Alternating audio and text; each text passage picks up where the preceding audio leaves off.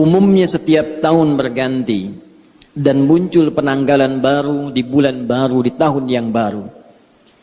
Sebagian aktivitas manusia ada yang melirik kepada waktu usia yang telah Allah anugerahkan untuk beraktivitas. Ada yang mengatakan saat ini saya telah berusia 15 tahun. Ada yang mengatakan saat ini saya berusia 20 tahun, 30 tahun, 40 tahun. Bahkan ada yang melebihi dari usia Nabi sallallahu alaihi wasallam saat diwafatkan Allah, kurang lebih 63 tahun. Apakah 70 tahun, 80 tahun, ataukah lebih daripada itu? Dan telah banyak di kisaran waktu yang Allah berikan, kesempatan yang Allah anugerahkan, kita isi dengan beragam aktivitas yang bahkan diiringi dengan perjuangan, keringat, darah, air mata, liku kehidupan yang telah dilalui, baik dalam kehidupan individual, di keluarga atau tingkat sosial yang lebih tinggi, dan segala aktivitas berdasarkan profesi yang telah bahkan tengah kita jalani. Dari sekian aktivitas yang telah kita lalui itu, ada satu ayat yang penting kita renungkan dalam Al-Quran. Dan ayat ini secara tajam disampaikan Allah tanpa banyak pembukaan, tanpa banyak iringan yang dalam bahasa manusia mungkin diawali dengan pengantar dan muqaddimah, tapi langsung ditujukan menghujam pada pertanyaan dasar yang dimintakan untuk diresapkan pada setiap jiwa-jiwa manusia, khususnya hamba-hamba Allah yang beriman, dari setiap pergantian waktu yang telah kita lalui dengan pembuka dan informasi yang telah tadi kami sampaikan. Quran surah ke-59 Al-Hasyr di ayat yang ke-18. Allah Subhanahu wa taala berfirman, "Ya ayyuhalladzina amanu taqullaha wal tanzur nafsum ma qaddamat lighad wattaqullaha innallaha khabirum bima ta'malun." Hadirin, ayat ini dibuka dengan tegas oleh Allah Subhanahu wa taala untuk menghunjamkan sebuah pesan yang dalam, khususnya ditujukan pada orang-orang yang telah menyatakan dirinya beriman kepada Allah Subhanahu wa taala. Dan berbahagianya kita semua, insya Allah, kita yang hadir di masjid ini, baik di area dalamnya, di luarannya, sekitarannya, insya Allah kita termasuk dalam golongan orang-orang beriman. Karena panggilan Jumat dibuka dengan panggilan iman. Quran surah ke-62 Al-Jumu'ah dengan namanya di ayat yang ke-9 itu. Ya ayyuhalladzina amanu idza nudiya lis-salati min yaumil jumu'ati fas'au ila dzikrillah. Panggilan Jumat dibuka dengan kalimat iman. Hei seluruh orang-orang yang telah menyatakan dirinya beriman kepada Allah Subhanahu wa taala. Jika telah tiba seruan untuk menunaikan salat Jumat di hari Jumat itu, maka bergegaslah Anda untuk berzikir. Ingat, persiapkan diri Anda untuk menunaikan Jumat dengan sempurna. Jadi berbahagialah ketika kita hadir datang di Jumat ini. Bersyukurlah kepada Allah, karena iman kita masih diakui oleh Allah Subhanahu wa taala. Iman kita masih merespon panggilan Allah Subhanahu wa taala.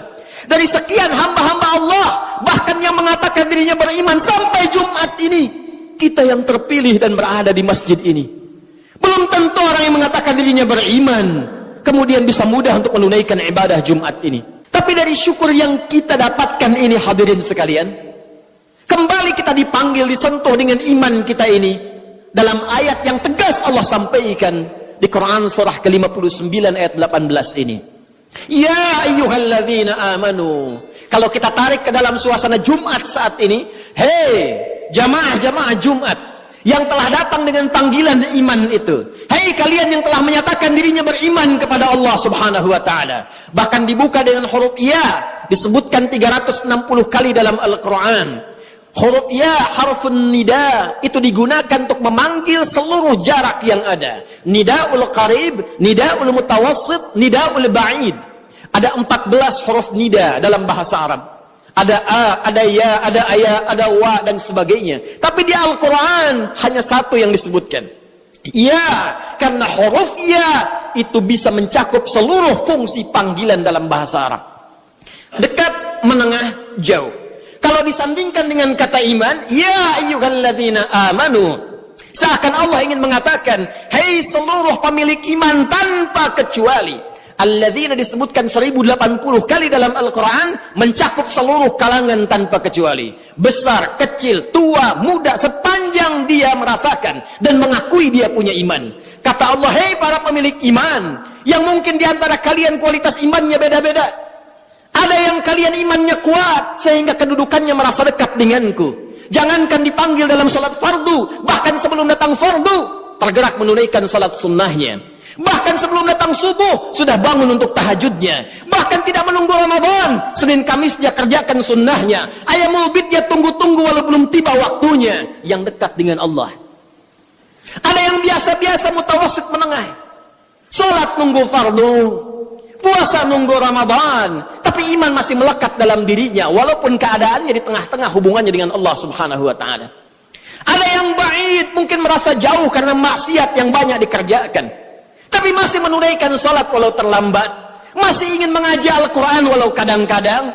Demi Allah saya katakan, sifat Rahman Allah menjadikan baik yang imannya kuat, menengah ataupun jauh, disamakan oleh Allah Subhanahu wa Ta'ala dengan panggilan ini. Seakan Allah ingin mengatakan, saya tidak peduli sepanjang kalian masih ada iman dalam jiwamu dan datang memenuhi panggilanku, maka aku akan jadikan yang jauh aku dekatkan, yang menengah aku lekatkan, dan yang dekat aku semakin berikan kedudukan di sisiku. Maka berbahagialah ketika ada panggilan kita respon. Itu cara Allah untuk meningkatkan keimanan kita dan mendekatkan kedudukan kita dengan Allah Subhanahu wa Ta'ala. Karena itu, sebelum masuk kepada inti penjelasannya, Allah tegaskan dengan menggunakan kata ayyuha, disebutkan 150 kali dalam Al-Quran. Ayyunya munada berfungsi taukid untuk menguatkan pesan, haknya tanbih untuk mengingatkan. Seakan Allah ingin sampaikan, aku ingatkan ya, tanamkan pesan ini dalam jiwamu yang paling dalam. Ada hal yang penting yang akan aku sampaikan, yang dengan itu akan meningkatkan iman kalian dan mengangkat derajat kalian di hadapanku, kata Allah Subhanahu wa Ta'ala. Ya ayyuhalladzina amanu, hai semua orang yang merasakan beriman, mengaku beriman, baik hubungannya dekat, jauh atau menengah, ittaqullah, tingkatkan takwamu kepada Allah. Cek keadaan takwamu, cek kuota takwamu, cek pulsa takwamu, cek bekal takwamu. Kenapa ini penting kata Allah disampaikan? Inilah selanjutnya evaluasi tajam yang dihujamkan dalam hati kita. Perhatikan kalimatnya. Wal tanzur nafsum ma qaddamat lighad. Tingkatkan takwamu kepada Allah. Kenapa takwa ini penting ditingkatkan? Kata Allah, coba cek diri kalian yang telah lama menjalani kehidupan. Mungkin ada yang belasan bahkan puluhan tahun, bahkan lebih daripada batas kuota yang barangkali standar kehidupan manusia. Ada yang di atas 100 tahun. Kata Allah, coba dicek. Selama mengalami perjalanan hidup itu, setiap perganti tahun, datang tahun baru, datang tahun yang baru lagi, datang tahun yang baru lagi. Kata Allah, pernahkah terbersit dalam benakmu, dalam jiwamu, persiapan untuk menyongsong datangnya ghad? Pagi ini sebelum Jumat, saya ingin menguatkan informasi seputar ayat ini. Satu ayat saja. Saya baca 4 kitab tafsir tadi pagi.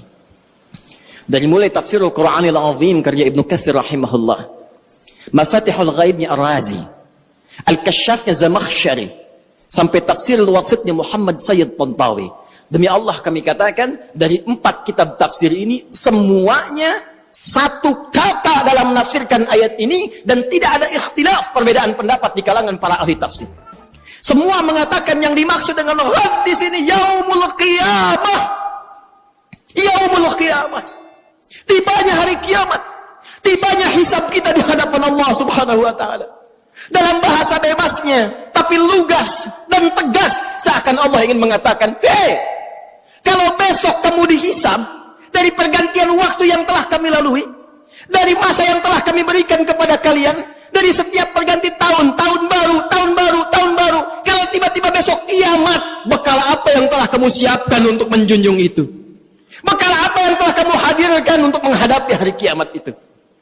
Karena itu semua mengatakan, diungkapkan dengan kalimat ghad. Bisa Allah menyampaikan, ya ayyuhalladzina amanu taqullah wal tanzur nafsum ma qaddamat liyaumil qiyamah. Tapi kenapa Allah mengatakan ghad yang dalam bahasa kita diartikan besok? Semua ahli tafsir mengatakan litaqrib, untuk menghunjamkan ke dalam jiwa kita rasa seakan itu, bayangkan kiamat kalau besok terjadi di hadapan kita. Bekal apa yang kita bawa?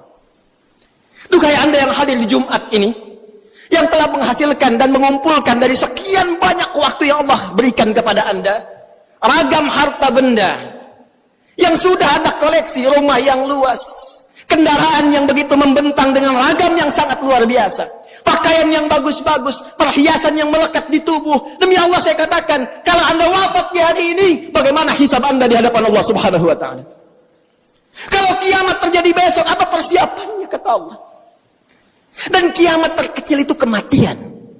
Kiamat terkecil kematian. Quran surah ke-32 di ayat ke-11. Qul yatawaffakum malakul mautil ladzi wukkila bikum. Katakan Muhammad sallallahu alaihi wasallam, setiap yang berjiwa itu satu saat akan tiba waktunya, datang utusan Allah malakul maut untuk memisahkan kehidupannya dengan maut itu dari kehidupan dunia menuju hisab persiapan akhiratnya. Dan semua ulama sepakat kiamat terkecil. Kiamat kecil itu ya kematian. Jadi kalau kita kembalikan pada diri kita, para ulama selalu mengajak kita untuk bermuhasabah. Jangankan datang tahun baru, ganti tahun lagi, ganti hari lagi, setiap hari. Ayat ini mengatakan, kalau Anda wafat besok, persiapannya apa? Bahkan kalau kita diwafatkan hari ini, apa persiapan hisab kita di hadapan Allah Subhanahu wa taala? Karena itu yang paling menarik, untuk menghunjamkan renungan ini dalam jiwa kita, Allah menyebutkan kalimatnya langsung dengan menggunakan kata nafsun dan bentuknya tidak menggunakan alif lam. Wal tanzur nafsum ma qaddamat lighad. Kalimat nafsunnya tidak menggunakan alif lam, nakirah. Kata para ulama tafsir, kalimatnya tidak menggunakan alif lam untuk memberikan kesan dan pesan kepada kita kalau ingin bagus dalam introspeksi. Kalau ingin benar dalam muhasabah, lepaskan dulu seluruh kecenderungan dunia kita, kemudian tanyakan pada hati kita yang paling dalam, sudah benarkah cara hidup kita sampai dengan detik ini? Itulah rahasianya kenapa di ayat ini kata nafsun tidak menggunakan alif lam. Seakan-akan Allah ingin mengatakan pada kita, coba merenung sejenak. Bukan dengan kembang api itu, bukan dengan petasan itu, bukan dengan pesta itu, tapi dengan jiwa Anda, dengan hati Anda, dengan qalbu Anda, dengan jiwa yang Allah berikan kepada kita. Cobalah kemudian sejenak saja, sepersekian menit kita diam sejenak, tanyakan pada jiwa kita, istafti qalbak, kemana hidup kita ini? Sudah benarkah puluhan tahun saya beraktivitas? Sudah benarkah puluhan tahun ini misi yang saya emban? Sudah benarkah jalan hidup saya? Bagaimana kalau sekarang saya wafat? Saya berikan rumus cepat. Kalau ada orang masih merasa kurang nyaman, gelisah, dan khawatir bila diwafatkan, di saat itu dia merenung, ini sudah fitrah menunjukkan ada kekurangan bekal yang ada dalam jiwanya. Dan merasakan ada bekal yang kurang untuk dibawa pulang. Yang paling mencengangkan dan paling irasional, sudah tahu bekalnya kurang, sudah tahu yang kemarin itu masih banyak kurangnya, kok sisa yang diberikan masih main-main juga? Kok sisa waktu yang diberikan masih belum serius juga? Jadi kalau sampai Jumat ini, sampai detik ini, belum mampu merubah kita untuk dekat dengan Allah, Anda butuh berapa Jumat lagi? Anda butuh berapa tahun baru lagi? Apa masih senang hanya dengan urusan dunia Anda rayakan, sementara besok kita berpulang di hadapan Allah Subhanahu wa taala? Ingat akhirat bukan meninggalkan dunia, tapi ingat akhirat mengarahkan anugerah dunia yang Allah berikan kepada kita supaya ditata menjadi kepentingan ibadah.